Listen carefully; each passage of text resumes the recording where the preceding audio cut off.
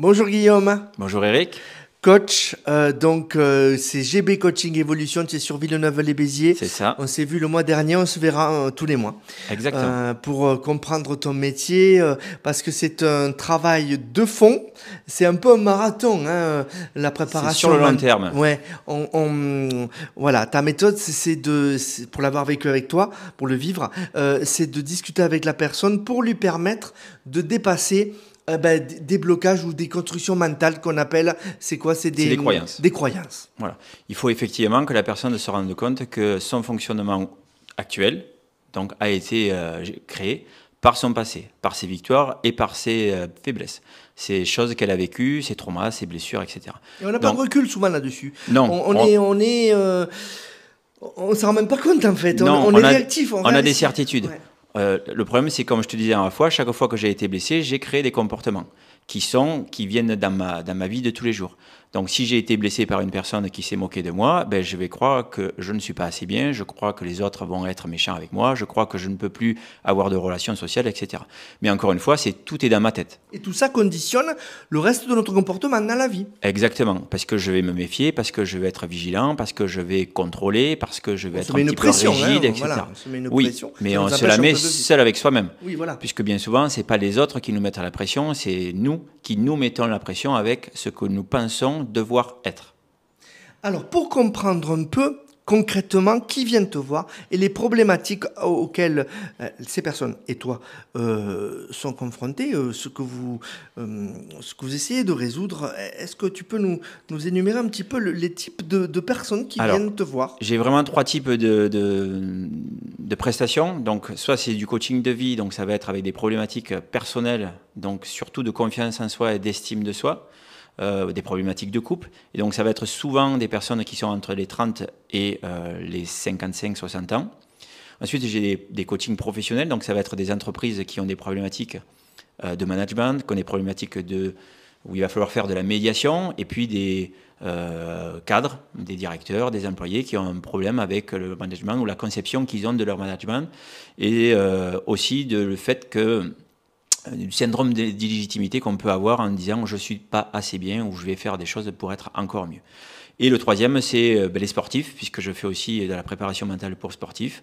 Et c'est souvent là des jeunes qui ont été détectés, qui ont été sélectionnés, qui ont un potentiel à devenir pro et qui vont mettre en place des protocoles pour apprendre à gérer leurs émotions, à gérer leurs pensées, à croire en eux, à en préparer des compétitions, à arrêter de ruminer quand on est dans l'échec, etc. avant la compétition. Le but, c'est d'être plus efficient et c'est valable pour les sportifs, mais finalement, tous ceux qui viennent te voir, c'est que je bute sur un problème, aide-moi. Enfin, c'est aide-moi, là, c'est la demande, mais finalement, c'est à deux que ça se fait. C'est exactement. Le but, c'est que je ne vais pas donner des conseils, je vais juste essayer d'éclairer des clés. Donc, puisque chaque fois que je ne suis pas bien dans ma vie, c'est parce que je vis des choses qui sont extérieures, mais que je vais ramener à l'intérieur de moi. Et en fonction de ce que j'ai vécu, je vais potentiellement me dévaloriser. Parce que je vais dire, j'aurais dû faire ça, j'aurais pas dû faire ça, j'aurais dû être comme ça. Qu'est-ce qui se passe, comment je vais gérer? Donc, le problématique, elle est souvent interne. Certes, c'est cette rumination, qui fait que on ne va pas avancer. On va procrastiner, on ne va pas avoir confiance et on va subir. Il faut déconstruire en fait des choses qui se sont mises en place un peu toutes seules, qu'on n'a pas maîtrisées. On a suivi le fil de l'eau, on s'est construit comme on a pu. Mais on a été construit bien souvent par l'éducation de nos parents. Sauf que bien souvent, les parents ont mis une pression, mais une pression qui pensait saine, c'est-à-dire si je mets la pression à mon enfant, il va être prêt pour vivre sa vie d'adulte. Donc du coup, je vais le préparer, je vais être un petit peu sévère, je vais quelque part le gronder, mais les parents ne se rendent pas compte qu'en voulant éviter les problèmes à leurs enfants, ils leur mettent une pression et cette pression va dévaloriser les enfants parce qu'ils vont penser qu'ils ne seront jamais assez bien. Donc, arrive là la mauvaise estime de soi et donc la dévalorisation. Et je crois que dans la vie, je ne serai pas assez bien. Il faut que je fasse certaines choses pour être aimé, il faut que je fasse des choses pour réussir. Et donc, je vais avoir un certain nombre de pensées qui vont être malsaines, mais toujours contre moi et donc négativement. Donc, ça, le coaching permet de se rendre compte de ce qui a été dit, qu'aujourd'hui, c'est plus la peine de s'embêter par des choses qui ont été dites par mes parents il y a 20 ans, 30 ans, 10 ans, etc., par des professeurs il y a 20 ans, etc. Et donc, se dire qu'aujourd'hui, j'ai la possibilité de changer la façon dont je pense. Et on a une marge de manœuvre plus importante qu'on ne croit. Et je tiens à insister aussi sur le fait que c'est très gratifiant de voir, et j'imagine que tu en es témoin hein, tous les jours, qu'une personne voit qu'enfin elle avance parce qu'elle se pose les bonnes questions finalement. Exactement. Voilà. Les résultats, ils sont là. Donc, quoi qu'il arrive, on voit l'évolution des clients. Sur les 3-4 séances, on voit qu'ils sont arrivés avec une problématique, mais leur problématique, ils pensent qu'elle est négative. Une problématique n'est pas forcément négative.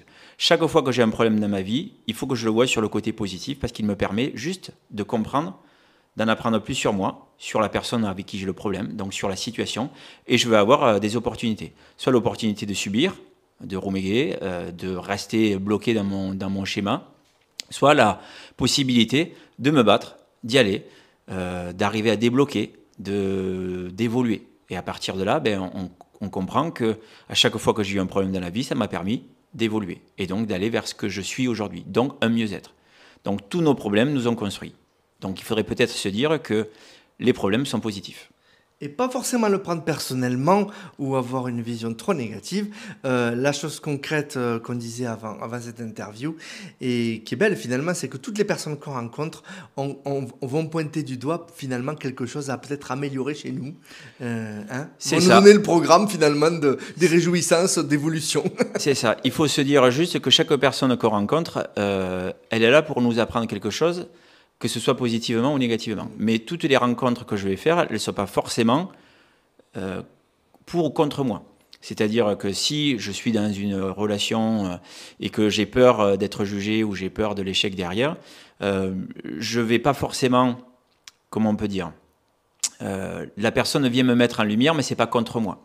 C'est-à-dire que si je n'obtiens pas ce que je veux de la personne, ce n'est pas forcément négatif ou contre moi, c'est que j'avais pas des choses à vivre avec elle, c'est que je devais pas aller travailler, vivre avec elle, tomber amoureuse, etc. On ne peut pas plaire à tout le monde, c'est tout à fait normal. Il faut pas être dans la chose, je veux plaire à tout le monde. C'est ça. Se mettre une barre inaccessible. Et plus je veux être aimé par les personnes, plus je cherche à l'extérieur ce que je ne suis pas à l'intérieur, et bien souvent c'est que derrière, je vais avoir une mauvaise estime de moi. Parce que si je ne suis pas accepté par l'autre, je vais tout de suite me dire c'est ma faute, j'aurais dû être comme ça, j'aurais dû faire ça, etc.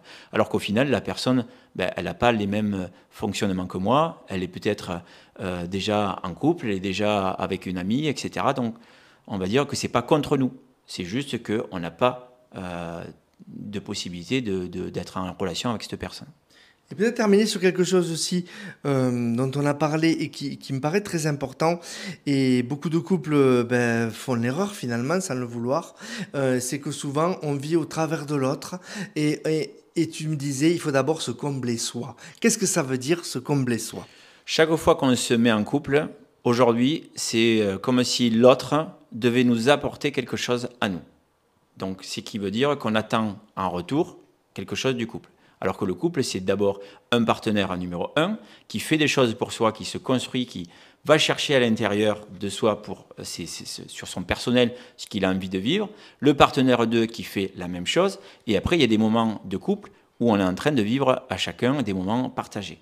Mais bien souvent, des gens vont, par dépendance affective, vont se mettre dans la vie complètement de l'autre, vont s'abandonner, ils vont vivre à travers l'autre personne. Donc, à leur détriment. C'est ça. Donc j'ai besoin de la personne pour combler ce manque-là, et donc je vais vivre. Sauf que pendant ce temps que je fais ça, je m'occupe plus de moi, je m'occupe de la personne. Et bien souvent, quand je m'occupe de la personne, au bout d'un moment, elle va être tellement bien énergétiquement, elle va être bien dans sa vie que potentiellement elle va me laisser sur le carreau parce que moi, je ne me suis pas occupé de moi, je ne me suis pas comblé, je suis allé chercher à l'extérieur ce que je n'avais pas à l'intérieur et donc du coup, je ne vais plus raisonner comme on dit ou je ne vais plus être en adéquation avec la personne. C'est pas mal de penser à soi, c'est même fondateur, c'est premier, ça doit être premier. Eh oui, la vie c'est personnel, donc du coup d'abord je vais chercher ce que je suis. C'est pas égoïste. Non. Il faut d'abord penser à soi. On est seul, on meurt seul, on dit. Mais du coup, entre le temps, on va rencontrer des personnes. Mais je dois d'abord aller chercher à l'intérieur de moi ce que je suis pour pouvoir être en adéquation avec les personnes qui sont à l'extérieur. Donc, je vais faire des rencontres, mais une fois que je suis comblé à l'intérieur. Merci beaucoup Guillaume, c'est très enrichissant. Autant de pistes que les gens peuvent piocher comme ça pour après te contacter. On met le numéro de téléphone, la page, voilà, pour